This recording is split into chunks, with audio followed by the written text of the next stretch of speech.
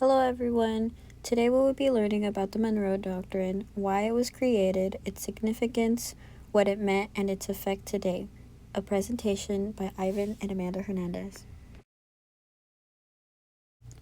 First, we'll begin with who James Monroe was. He was the 5th President of the United States and the last founding father. He fought in the American Revolution, and before his presidency, he was sent to France to negotiate the Louisiana Purchase. There are many things that led to the Monroe Doctrine, the first being the United States' worry for Spain to attempt to reclaim their former colonies that were newly independent. Before the doctrine, James Monroe supported joining the U.S.-British resolution against colonization in Latin America, but Secretary of State John Quincy Adams believed this would limit opportunities for expansion in the future. Because of this, Adams advised Monroe to release a statement of U.S. policy that was independent from any nation and enlisted the U.S. as the protector of the Western Hemisphere. The Monroe Doctrine stated, "The occasion has been judged proper for asserting, as a principle in which the rights and interests of the United States are involved, that the American continents, by the free and independent condition which have been assumed and maintained, are henceforth not to be considered as subjects for future colonization by any European powers.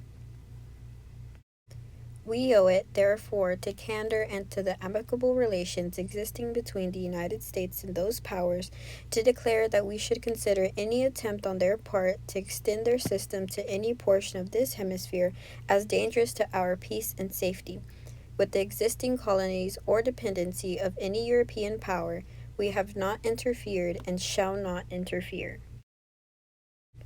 So what does this mean? Simply put, it meant 4 things. The U.S. doesn't get into European affairs. We recognize the existing colonies. European powers will not create new colonies or dependencies in the West, and any attempt to would be seen as, quote, dangerous to our peace and safety. Was the Monroe Doctrine ignored, and why would it be? At the time of this policy, the United States was not the military powerhouse it is today. In comparison to the rest of the world, it was fairly new.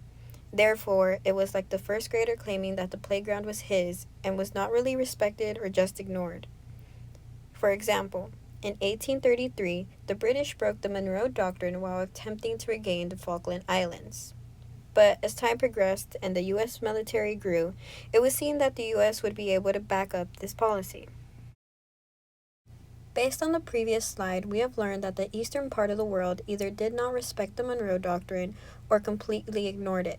But how did Latin America or the Western Hemisphere feel about this doctrine? There are many thoughts on this. The first being that they were grateful that the United States saw them as independent and recognized them outside of their previous powers.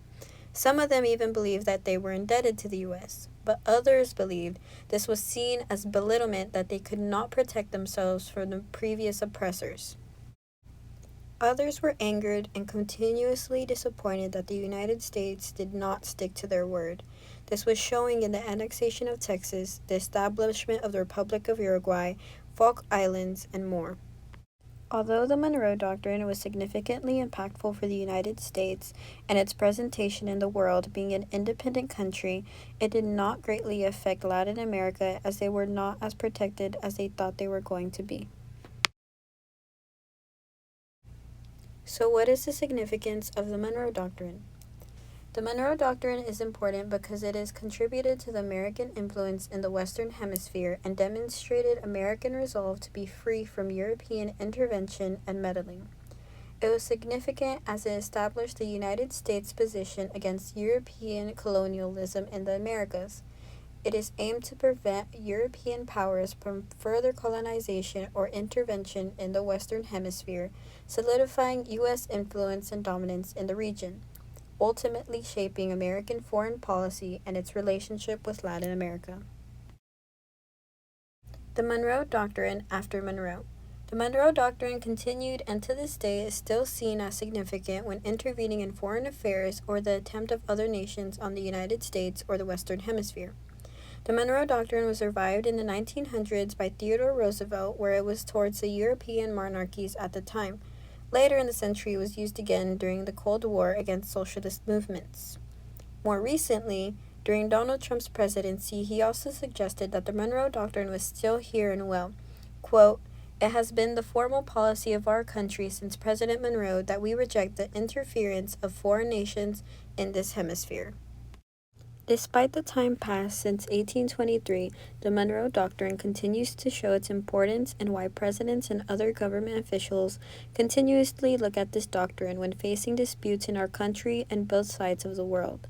Currently, most could say that it has not been in place in current years, but as time progresses, we will be able to see new ways the Monroe Doctrine continues to affect our government.